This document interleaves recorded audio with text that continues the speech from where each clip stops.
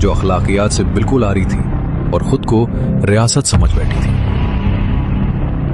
इस यजीदी फौज ने अपनी ही अवाम को सिर्फ हक मांगने की जुर्रत करने पर गोलियों से भून डाला।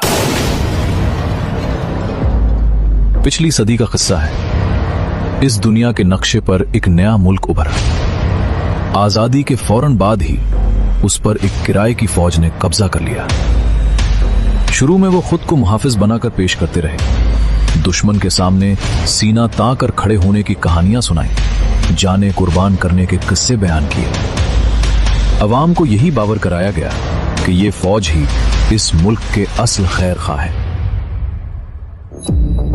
वो सियासतदानों को एक दूसरे से लड़ाते, फिर अचानक एक मेज पर बिठा देते, कभी एक दूसरे पर कीचड़ उछालते, कभी मिलकर मुस्कुरा देते। अवाम हर बार यही समझते कि असल मसला तो सियासतदां है। मिंबरों से इन्हीं के हक में दुआएं मांगी जाती, उलमा ने इनके लिए शहादत के फतवे दे दिए, मीडिया इनके कसीदे पढ़ता रहा, अदालतों पर दबाव डालकर फैसले अपने हक में करवाए जाते, और जो भी इनके खिलाफ आवाज उठाता उसे फौरन गद्दार करार दे दिया जाता। वक्त गुजरता गया, मुल्क का बड़ा हिस्सा इनके कब्जे में चला गया। बजट का ज्यादातर हिस्सा इन्हीं के नाम पर उड़ने लगा। अवाम महंगाई और गुर्बत की आग में जलती रही। आम सिपाही से लेकर आली उहदेदार तक खुद को रियासत समझने लगे। कानून इनके ताबा हो गया, इंसाफ एक मजाक बनकर रह गया। अवाम कंफ्यूजन में मुब्तला थी, हर तरफ उनका राज था। जो फौज के खिलाफ बोलता, सब उसके खिलाफ खड़े हो जाते। सच और झूठ का फर्क मिटता जा रहा था। फिर इन्हीं तारीख हालात में एक नौजवान खड़ा हुआ। वो उस कौम का असल राजा था। वो कौम का हीरो बनकर उभरा। राजा ने कौम को एक फलाही रियासत बनाने के लिए अपनी पूरी जिंदगी वक्फ कर दी थी। वो भी शुरू में बाकी लोगों की तरह यही समझता था कि मुल्क को सियासतदान लूट रहे हैं। उसने अवाम को उन सियासतदानों के खिलाफ खड़ा करना शुरू किया।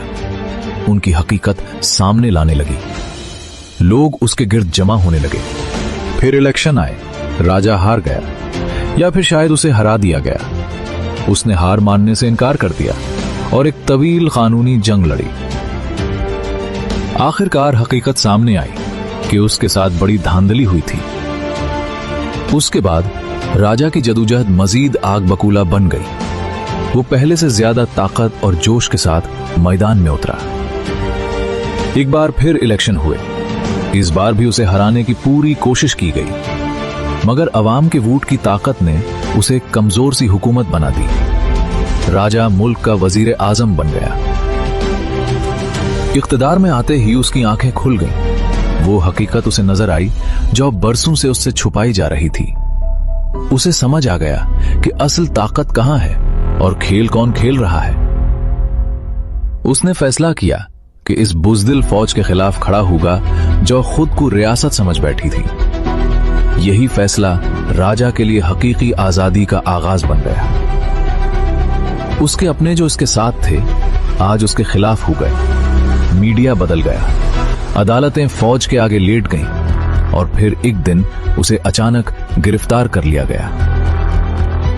उसकी बापर्दा बीवी को भी जेल में डाल दिया गया। राजा को एक अंधेरी तपती हुई भट्टी जैसी कोठरी में बंद कर दिया गया। कई साल गुजर गए।